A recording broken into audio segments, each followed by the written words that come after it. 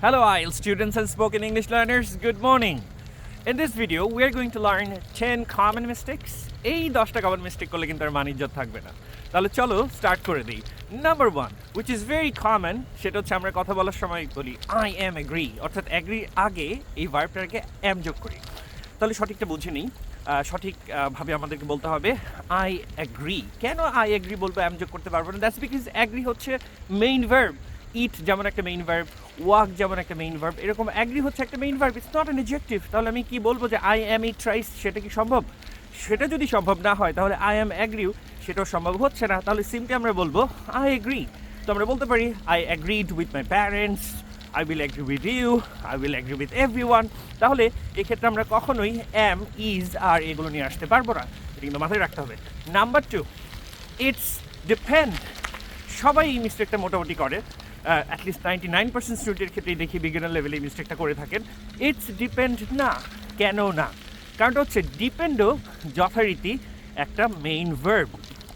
ঠিক অ্যাগ্রির আগে যেমন আমরা অ্যাম যোগ করতে পারছি না, একইভাবে ডিপেন্ডের আগেও ইজ যোগ করতে পারবো না। তাহলে আমাদেরকে সিম্পলি বলতে হবে it depends.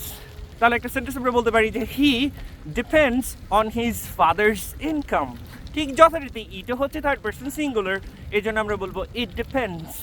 It depends on your opinion. Number 4, double question problem. সেটা কেমন? আগে একটা এক্সাম্পল দেখে নিই। আমরা মাঝে মাঝে এইভাবে বলি do you know where does he leave.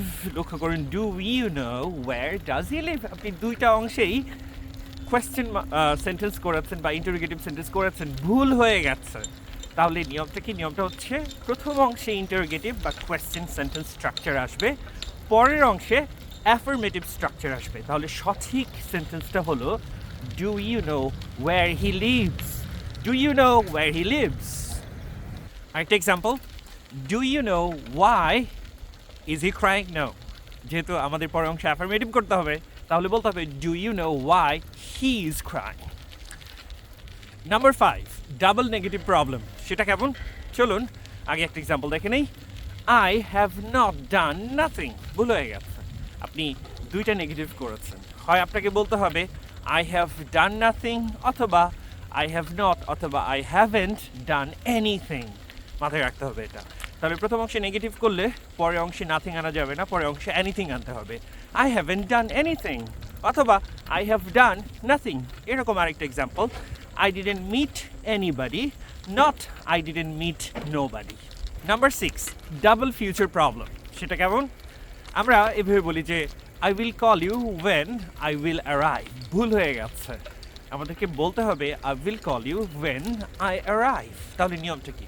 নিয়মটা হচ্ছে পরের অংশে, অর্থাৎ লিঙ্কিং ওয়ার্ডসগুলোর পর when, what, where এগুলোর পর আমরা প্রেজেন্ট ইনডিফিনিট স্ট্রাকচার করব। ফিউচার ইনডিফিনিট শুধুমাত্র প্রথম অংশে হবে, এটা কিন্তু মাথায় রাখতে হবে। তাহলে once again I will call you when I arrive. মনে রাখবেন প্রথম অংশে ফিউচার ইনডিফিনিট, পরের অংশে প্রেজেন্ট ইনডিফিনিট। নাম্বার 7, গুডের ভুলভাবে ব্যবহার। সেটা কেমন? যেমন আমরা মাঝে মাঝে এরকম বলি যে হি স্পিক্স ইংলিশ গুড, অথবা হি প্লেইস ক্রিকেট গুড। ভুল হয়ে গেছে, তাহলে সঠিকটা কি হবে? সঠিকটা হবে হচ্ছে হি স্পিক্স ইংলিশ ওয়েল, অথবা হি প্লেইস ফুটবল ওয়েল। কেন ওয়েল আসবে? এর গ্রামাটিক্যাল এক্সপ্লেনেশনটা একটু ক্রিটিক্যাল মনে হতে পারে, তো আপনাদেরকে সহজে মনে রাখার আমি একটা টেকনিক বলে দিচ্ছি। যখন আপনি ভার্বের পরে গুডকে বসাতে চাচ্ছেন, তাহলে মনে রাখবেন এখানে আর গুড বসানো যাবে না, এখানে বসাতে হবে ওয়েল। সো এটা একটা সিম্পল ওয়ে মনে রাখার জন্য, কোনো গ্রামারের মার প্যাচের মধ্যে আপনাকে যেতে হবে না। তাহলে হি স্পিক্স ইংলিশ ওয়েল, ভার্বের পরে বসিয়েছেন। আবার জাস্ট মনে রাখার জন্য এভাবে মনে রাখতে পারেন যে আমরা কিন্তু যখন বলতে চাচ্ছি সে একজন ভালো বক্তা, তখন বলছি হলো he is a good speaker. তো এক্ষেত্রে আমরা গুড নিয়ে আসতেছি, বাট যখনই মেইন ভার্ব পাচ্ছি, মনে রাখবেন আসলে আমরা গ্রামাটিক্যাল এক্সপ্লেনেশন হচ্ছে আমরা মেইন ভার্বকে এখানে মডিফাই করছি, বাট এই ভেজালে যাওয়ার দরকার নাই। Let's make it simple. আমরা এখানে বলবো হি স্পিক্স, মেইন ভার্ব যেহেতু নিয়ে আসছি, he speaks English well, he plays cricket well, অথবা he plays well, whatsoever. Main verb যেহেতু আসছে, এরপর কোনোভাবেই গুড আনা যাবে না, অলওয়েজ আনতে হবে ওয়েল। নাম্বার 8, নাম্বার 8টা হচ্ছে লিসেন ভার্বের পর টু না নিয়ে আসা। সেটা কেমন? চলুন একটা এক্সাম্পল দেখে বুঝে নেই। আমরা মাঝে মাঝে এইভাবে বলি যে I like to listen folk music, ভুল হয়ে গেছে। আপনাকে একটা প্রিপোজিশন টু নিয়ে আসতে হবে। I like to listen two, মানে মূল জায়গাটা হচ্ছে এখানে লিসেনের পর আমাদেরকে টু নিয়ে আসতে হবে। তাহলে সিম্পলি বলতে পারেন I listen to folk music every time, I like to listen to folk music every time. লিসেনের পর টু নিয়ে আসতে হবে।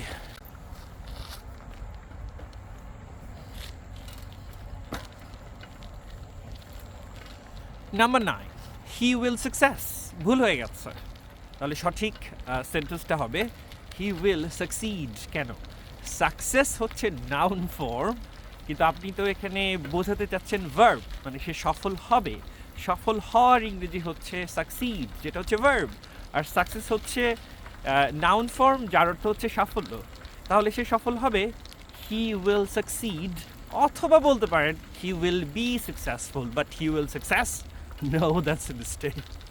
অ্যান্ড ফাইনালি নাম্বার 10, চলুন ভুলটাকে দেখে নেই। She said me that she liked you, ভুল হয়ে গেছে। ভুলটা কি? শি সেড মি হবে না, বলতে হবে she told me that she liked you. এক্সপ্লেনেশনটা কি? খুবই সিম্পল। লক্ষ্য করেন, এই যে আপনি মি, আস, দেম, এই অবজেক্টিভ ফর্মগুলো নিয়ে আসছেন না, যদি এগুলো নিয়ে আসেন তাহলে কোনোভাবে আর সে বলা যাবে না, তখন টেল বলতে হবে। তাহলে শি টোল্ড মি। আর যদি আপনি না নিয়ে আসেন এগুলা, এই মি, আস, দেম, এগুলো যদি না নিয়ে আসেন অবজেক্টিভ ফর্মগুলো, তাহলে আপনি সে ইউজ করতে পারবেন। তাহলে চলুন আমরা সেন্টেন্সটা আবারও বলি, দুইভাবে বলবো। She said that she liked you, অথবা শি টোল্ড মি। যেহেতু আমি অবজেক্টিভ ফর্ম নিয়ে আসছি এখানে একটা, এই জন্য আর সে ইউজ করতে পারবো না। She told me that she liked you. Anyway, that's the end of today's video. I hope you liked it. একটা বোনাস আছে, সেটা হচ্ছে শেয়ার। এই কমন মিস্টেকটা কেমন হয়? আপনারা একটা ভিডিও দেখেন, অনেক কিছু ভালো লাগে আপনাদের হয়তো, কিন্তু এই যে নিচে একটা বাটন আছে না, ওই বাটনে প্রেস করতে ভুলে যান। এটা একটা ভীষণ রকমের একটা কমন মিস্টেক, কিন্তু এটা করা যাবে না। এই কমন মিস্টেক করলে তখন তো ভিডিও মেক করার যে একটা inspiration কোত্থেকে পাবো, তাই না? So you have to fill me up with tons of inspiration by sharing, by liking, and by doing all other supports. Thank you once again for watching. I will see you in the next videos. Until then, stay well, stay safe, and stay happy. Allah Hafiz. Assalamu alaikum.